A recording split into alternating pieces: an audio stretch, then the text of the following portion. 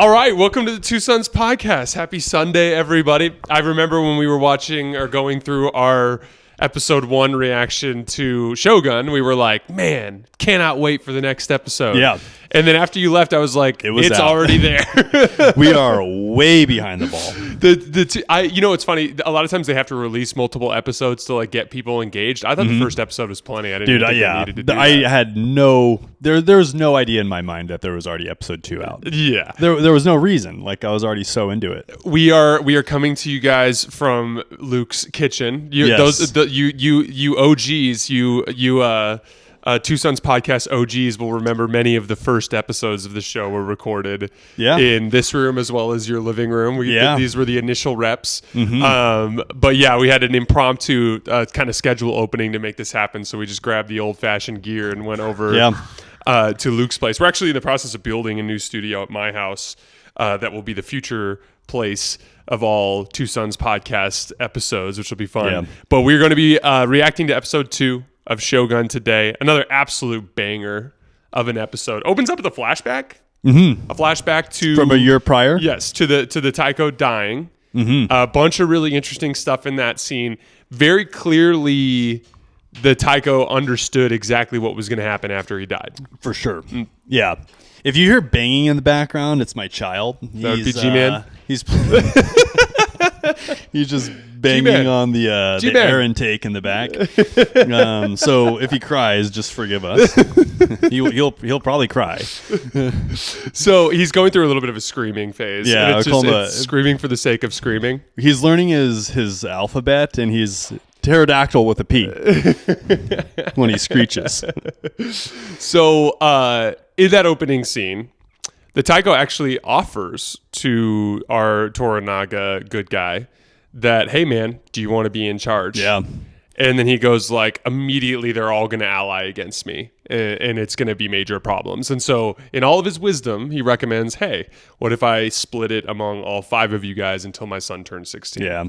In which Jason and I were talking, we're like, how old is the son? Like, how long does this really have to play out before the son becomes in charge? Which I feel like he's not going to become in charge ever. Our guess was 5 years. So like I was thinking he was about 10 years old in that scene. And they said 16 is when he would take charge. So it's like kind of like a window of opportunity here for everyone involved. Yeah. But we learned a significant additional angle on the political dynamics at play in this show in this episode. So in that, there's an initial meeting, this awesome meeting that we get between Toranaga and John Blackthorne.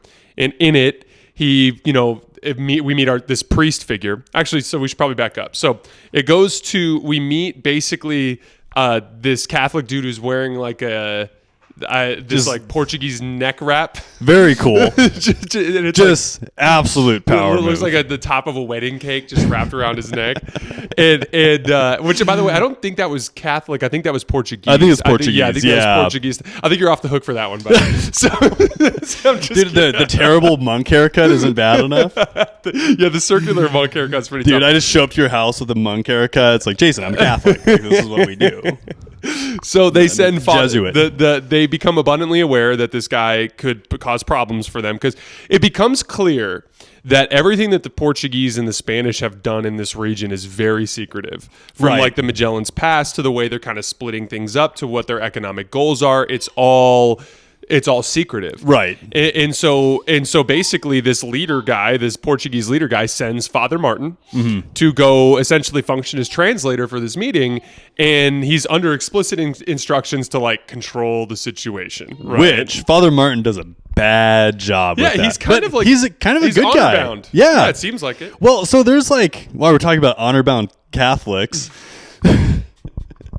me being one of them. No, there's like 2 people that actually like act like they are based on their faith alone versus like economic profit. Father Martin so far does, yeah. But he seemed a little pissed right off at the end of the episode. And I don't know if you noticed, but the lighting changed when he was like walking out of that area after I did not notice that. That's interesting. Lord Toranaga like was talking about. He kind of put all the cards out. When he threw down the economic and he was the sanction, basically saying like, I'm not letting this ship leave. Yeah, exactly. Maybe you should learn about all your bases too before before we make any other arrangements. So as he's like walking out of that structure, the lighting changed with him, and he was actually cast with red after that, which is interesting. So he might and not a director end up probably being, does that on purpose. Yeah, I'm thinking so. And then there was that other guy that was like anointing of the sick when he was blessing everyone in the prison before they got I got executed. the same vibes from that guy too. Like he's very like he was definitely in it for the right reasons. Well, and he I think was part of the church, and then it seemed like he ended up being mad at the church because then he realized that everyone who was in control was actually just doing it for an economic sake versus like a faith sake. He seemed to he was the one who literally told to John Blackthorne about the bases. Like he was made aware by that, and then John Blackthorne immediately goes like, "This is my ticket out of here." Like, right. So we have this political dynamic that gets explained by the old man in the prison. So basically what happens is we have John Blackthorne's meeting. The monk guy is translating. He does translate honestly and fairly. The John Blackthorne presents the information that he does have on the table, which is basically like that basically that his goal is there. Or actually, I don't think he reveals that he's there to wage war on the Catholics yet. He just kind of is initially kind of like introducing himself and explaining that he's not an enemy, and he's very like he's bowing down. And then Lord Ishido shows up. And when Lord Ishido shows up, he basically like pressures Toranaga into throwing John Blackthorne into prison. So then when John Blackthorne goes into prison, he meets this like former monk guy, former priest or whatever. And the former priest kind of lets him become aware of the real political dynamics that are taking place. But in addition to that, he actually goes, and they use, it was a really cool cinematic effect where they introduced us to all the other lords and what their conditions are. It was cool. So we start like literally conditions. Yeah, exactly. Yeah. So we have Toranaga, who obviously, as we learned from that initial scene, he's very clearly the guy that the Taiko trusted the most. And rightfully so. He's not in it for power. He's in it for the right reasons. Exactly. Right? Like he didn't want to be in power. Exactly. Yeah. So that's our Toranaga. Ishido is clearly the guy that's actually stationed in Osaka, and is like clearly like kind of in the position of power already, and so he's the guy that's been kind of manipulating things behind the scene. We have 3 other lords. We have a descendant from the richest samurai family, so presumably just rich guy. Which that title is dope. Yeah, rich samurai family. Yeah, rich samurai guy. Yes, that checks the boxes for dope. Yes. Secondly, we have a leper who has become a Christian, presumably, or Catholic, presumably by result of his affliction. Okay, and then third, we have this other guy who's a Christian who is there. Clearly the guy who's benefiting economically from the situation. He's being essentially paid off by the sketchy guy. Exactly. Who I forget his So name. we have 2 Christian lords. We have rich samurai lord. We have Ishido, who's our bad guy. And then we have Toranaga, who's our good guy. That's kind of how everything gets laid out. So when the prisoner goes to prison, we find out that like for Ishido to be able to effectively vote out Toranaga, which would effectively end in his death, as well as the death of all of his like people who are allied with him. Right. In order to do so, he needs to get support of the Christians. And it's very clear that the Christians won't do it unless they execute this prisoner. And Ishido's clearly like a little, like it's clear that the ally relationship he has with these Christians is very much a ally of necessity rather than an ally of belief. You know what I mean? Or an alliance, I should say. So he basically goes outside of the palace and meets with Toranaga's brother. Super interesting scene where he comes in and immediately starts talking shit about Toranaga. Oh, he doesn't bring you in the palace. Like he clearly is, not very grateful and that kind of stuff. Toranaga's brother is so sketchy. Yes, super sketchy. By the way, same guy from the opening the opening episode who's just like really enjoys watching people die. Yes. Good old Uncle Kashigi. Yes, good old Uncle Kashigi. So I know. Sorry. I know, G-Man. Graham's chatty. So anyway, he Kashigi basically points out the obvious to Ishido, which is like, hey, listen, I know you need to kill this guy, but you need to be aware of the fact that like, and he specifically says like, I'm worried about what happens after the impeachment. Yeah. And Ishido goes like, dude, after the impeachment, you're dead too. Right. And then Kashigi goes like, I'm looking past myself here. Like you are going to have to contend with the Christian lords who will also have the support of the Portuguese. And Ishido straight up says, a battle I would lose. That's what he says. So Ishido, like there's a weird kind of like almost alliance of necessity that takes place there. All right, we're back in it. Graham is going to hang out for the rest of the episode. Graham was losing it. So Lord Ishido straight up says, like, I would lose this war, and Kashigi says, I might be able to help you out. There's this really cool scene in the scene where the two Christian lords are demanding the death of the barbarian, where like he goes like the one guy says like, we would like it if you'd kill the Christian, and then Ishido basically goes like, oh, we can deal with this later, like I'd really like to get a vote on Toranaga right now. And then the leprosy guy like pulls his little sheet aside and we see him for the first time. He goes like, we will not do this until the barbarian is dead. And it's like, okay. So the scene ends and we find out, because Ishido tells the uncle, I ordered his execution. So straight up orders the execution of John Blackthorne, and then obviously the uncle goes like, I'll be able to help you. He ends up basically, while John Blackthorne is being dragged off to his execution, he facilitates essentially like a rescue, but a brutal rescue. Pays a bunch of raiders basically to do the rescue. Then he kills all the raiders. He pays them and then kills them. Yeah. Which is just classic bad guy move. Like, oh, this money's worthless to me. It's not even worth your life.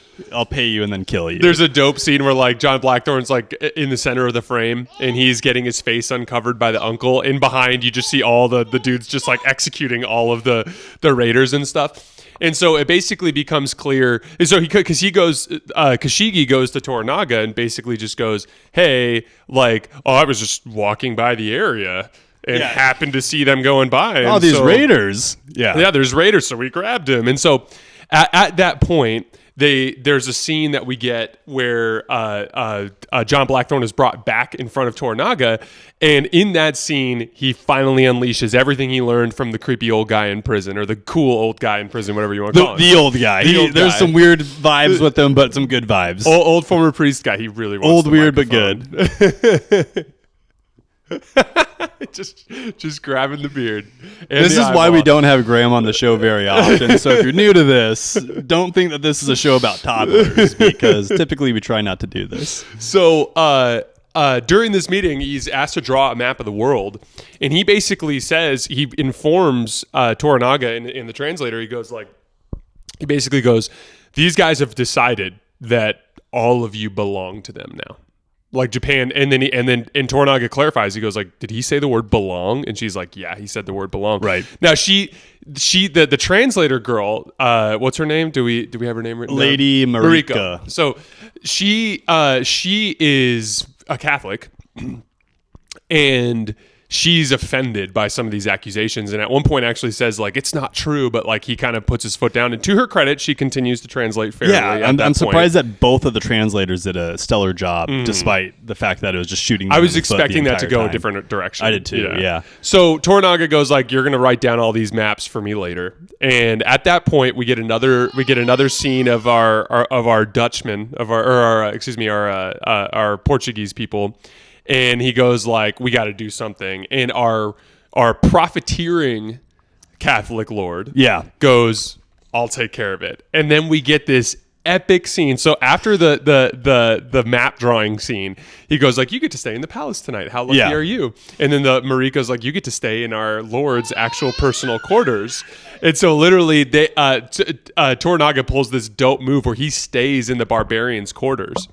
He takes John Blackthorne's room and gives John Blackthorne his room because he somehow just perceived that the Catholics would try to kill him.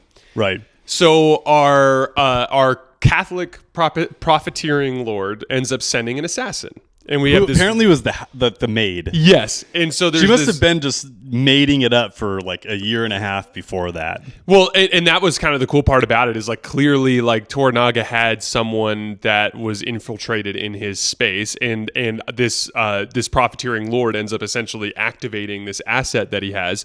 She goes through and just starts slitting throats, bro. Like just her first kill was a stab to the back of the neck on somebody. There were lots of stabs to the front and backs of necks during that stand. She's a neck girl. Yeah, she was doing some damage. Yeah. So but Toranaga like packs of fake bedding and uses it to bait the assassin into approaching the bed, and then he ends up basically hitting her with the samurai sword right across the neck. And she's like alive for a minute, but like clutching at her neck, and to her credit, like she's gonna die, and she's like, I'm still finishing the job. And in comes John Blackthorne, and John Blackthorne ends up kind of tangling with her, and he looks like he gets his arm cut pretty badly. But yeah, that was a kind of, I looked at that scene as like an example of like John Blackthorne kind of earning a little bit of cachet with Toranaga, in the sense that like he was willing to throw down to try to help. And then after that scene, there's this kind of like moment where they come in and they're like, oh my gosh, this is barbaric, this is the start of war, like they're trying to assassinate you. And he's like, no, they were trying to assassinate the John Blackthorne. This was clearly not Ishido. And so I'm wondering, because you're starting to kind of almost see like a little bit of common ground forming between Ishido and you do, with them both not being Catholic. Because I think Ishido and Toranaga both see the Catholics as a threat. For sure. And obviously, for the entire show, all Christians are a threat in Japan for this show. Yeah. Right? Like, it's so funny how Blackthorne was portraying the like Protestants versus the Catholics. Like, oh, the Catholics are trying to take over. It's like, no, dude, y'all are trying to take over. He's trying to do the exact same thing. Yeah, exactly. He just like his job is basically to go in there and do a better job of what the Portuguese and apparently he had been doing said job all leading up to when he had arrived in Japan, right? Like apparently his what would you call that? Like not his missile, like how his record keeping would suggest that he's been all over, just kind of like plundering, right? I'm confused by that specific part, because like I don't know how much of that, because like I thought it was possible that he had stolen that document from some Portuguese people anyway to get the actual maps or whatever. Oh, I see. So I was confused by all that. Like, if that was actually his work or someone else's. They keep referencing him as a pirate, but they're being deliberately vague on what he did and did not do. And I think we'll find out in the long run. For sure. Because it's very clear that Mariko in particular does not trust this guy. No. And our priest, Father Martin, straight up tells her, like, don't trust this guy. Yeah. And so it remains to be seen in the long run what he actually is and isn't guilty of. But I think one of the important kind of themes of this episode, I mean, even extending it, we talked about it or themes of this show, I should say. We talked about it in the first episode, but like everyone's kind of up to some nasty behavior. Of course. Like everyone. Dude, this is the like Japanese version of Game of Thrones. Yeah, like literally. Everyone's got blood on their hands. Everyone's got legitimate like critiques that you could throw their way. Yes. But I think the political dynamics are getting more complicated, and I find that interesting. I have no idea how this is going to go. We had a comment. I can't show it to you right now because my phone's being used as the camera, but we had a comment on the last video where someone gave us the history breakdown. It's like, we told you, no history. Yeah, I know. Okay, like we're not doing this yet. Not till the end. But like we don't know what's going to happen. And so us going into it as newbies, like honestly, like I could see an Ishido Toranaga alliance. Dude, I was thinking the exact same thing. Because like at the end of the day, the enemy here is the colonizer. Like that's pretty clear. Yeah, it's a tale as old as time, where somebody is trying to extend boundaries maybe where it doesn't make sense. Well, and it's a classic example. Like the colonization aspect is literally like a country that has more power. In this case, they had the guns and the cannon. Yeah. And Japan has access to that stuff now, but only by virtue of the Portuguese. At least that's the way we're led to believe. So like essentially like the colonizer here comes in with all their power and they approach the leadership, and then they basically enrich the leadership to gain a foothold in the ground, to where the leadership gets rich and the colonizer gets rich, and then everyone else beneath them ends up suffering. And like you said, it's a tale as old as time. And like this is I think a really, really well done, at least so far through 2 episodes, it's a really, really well done kind of like description of what that dynamic looks like, right? And some of the damage that gets done along the way. Yeah, I'm very curious to see like the actual history of this. Yeah, I'm like after the show. You already talked about it. Like, I would love to do a deep dive into the actual history of this and check it out.